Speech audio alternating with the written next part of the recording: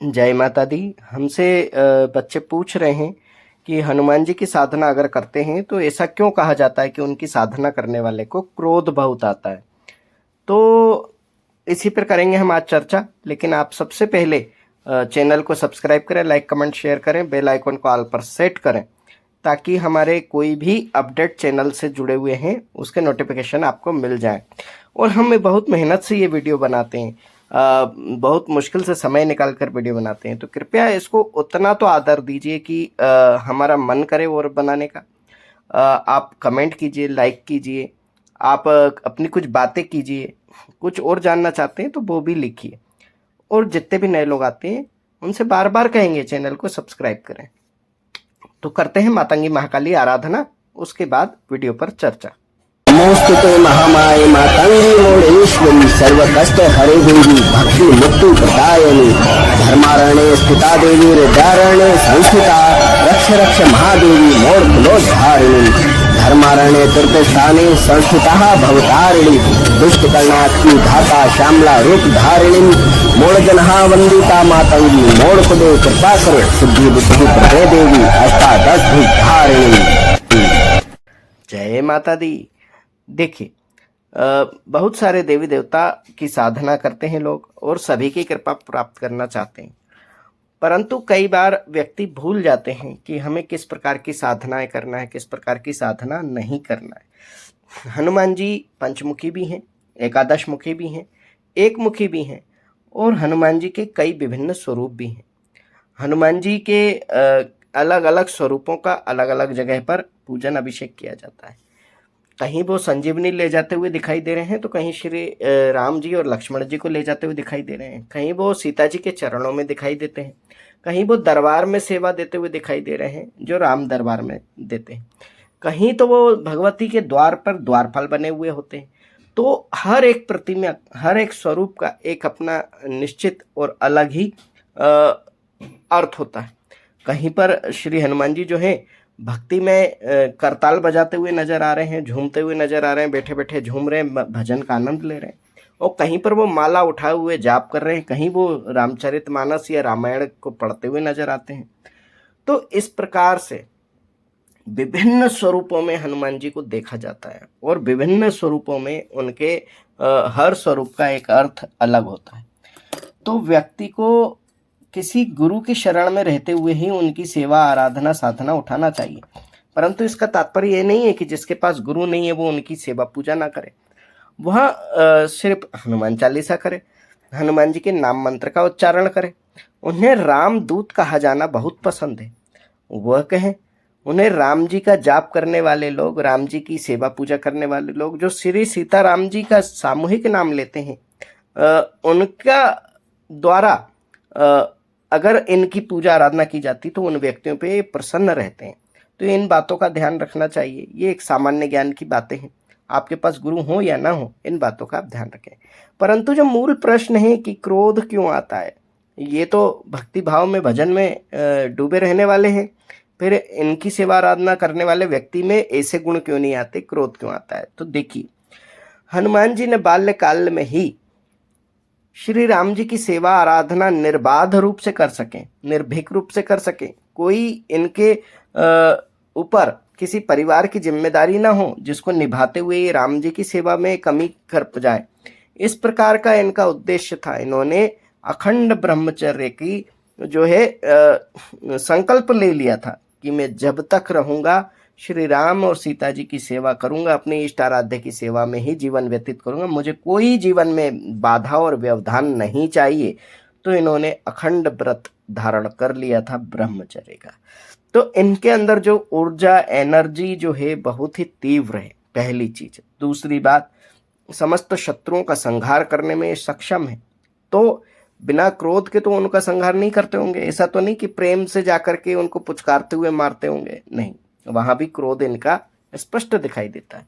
परंतु आपको क्रोध क्यों आता है? आपको क्रोध इसलिए आता है क्योंकि आप इनके अनुसार नियमों का पालन नहीं करते हैं।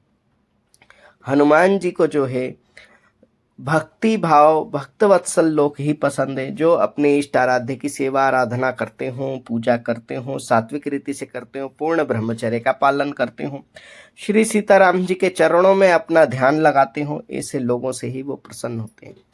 अब आप आराधना तो करते हैं भैरव की और साधना उठाते हैं हनुमान की, तो यहाँ भी आपको क्रोध आना स्वाभाविक है। विपरीत स्थितियां और परिस्थितियों में आप जाएंगे तो आपको इसी प्रकार के जो है कष्ट उठाने पड़ते हैं। आप पर नारी पर नज़र रख रहे हैं, पर स्त्रियों पर नज़र रख रहे हैं, आप उल्टे सीधे चलचित्र देख रहे हैं और फिर आप चाहते हैं कि हनुमान जी की कृपा प्राप्त हो जाए, हमें क्रोध ना आए, हमें कोई गुस्सा ना आए, हमारे मन में शांति बनी रहे। ये संभव नहीं है। क्यों? क्योंकि हनुमान जी जिस प्रकार के हैं उस प्रकार का जब तक आपका आचरण नहीं हो जाता, उनके तुल्य आचरण आपका नहीं होता, आप उनकी साधना ना उठाएं। गुरु कृपा से ही आपके जो है ब्रह्मचर्य जो खंडित होने की शिकायत होती है, या आपका ये होता है मन विचलित हो रहा है, तो गुरु ज्ञान देते हैं, इन सब बातों का सिखाते हैं, आपको समझाते हैं, आपके मन को विचलित होने से रोकते हैं। इसीलिए गुरु सानिध्य में सेवाएं करना चाहिए, वही ये सब नियम कायदे बताते हैं। ये तो आज सोशल मीडिया है कि हम आपसे यहाँ बिना कोई गुरु शिष्य का संबंध होते हुए भी ये सब चर्चा कर पा रहे हैं, परंतु ये जिसका सौभाग्य होगा वह इन चीज़ों को सुन पाएगा और इन साधनाओं को उठा पाएगा। जो लोग पहले से कर रहे हैं, ये बात उनके लिए हम नहीं कह रहे हैं, क्योंकि वो तो इन नियमों को जानते हैं, समझते हैं और इसके अनुसार ही वे आगे चलते हैं। आप साधना उठाते हो तो शुरू दिन से ही डिमांड चालू कर देते हो, हमें ये चाहिए वो चाहिए, इसलिए साधना कर रहे हैं। साधना आप करते हैं आध्यात्मिक ज्ञान के लिए, आध्यात्मिक ऊर्जा के लिए।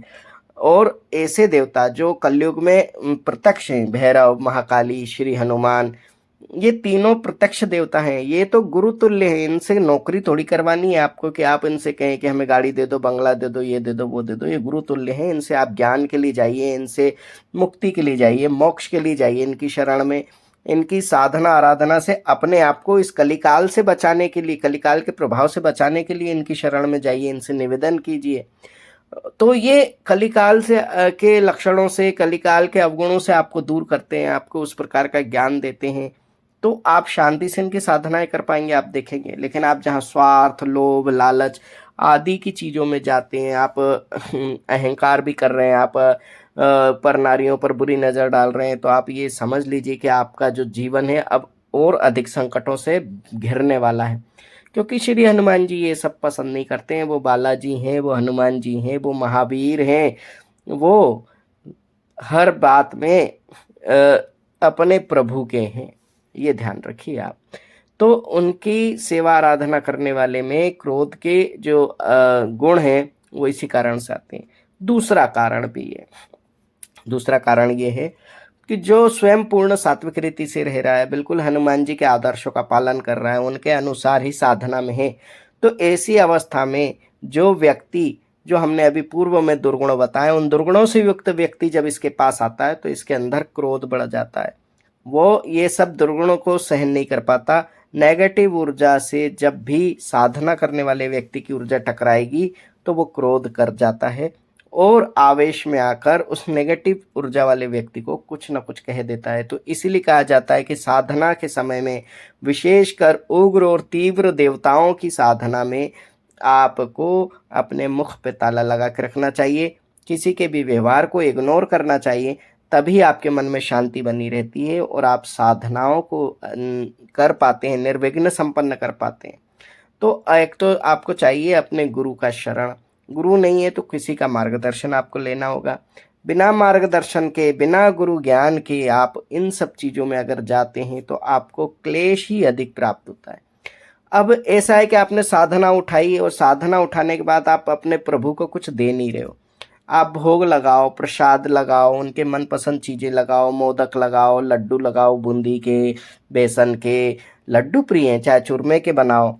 लड्डू देखिए गणेश जी को भी पसंद है, भैरव जी को पसंद है, हनुमान जी को पसंद है, और श्री कृष्ण जो बाल मुकुंद स्वरूप में उनको भी ये सब पसंद है। माखन मिश्री तो उनको स्पेशल लगता ही है। इसके अलावा ये सारे लड्डू तो सभी देवताओं को पसंद है।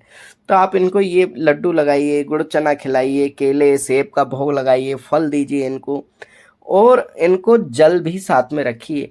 कभी भी किसी भी देवता को आप भोग लगाते हो, जल नहीं रखते हो, जल नहीं व्यवस्था करते हो, तो आपको वो भोजन खिलाया हुआ भी कष्ट देता है, वो भोजन फायदा नहीं देता आप जिस उद्देश्य से उनको भोजन दे रहे होते हो।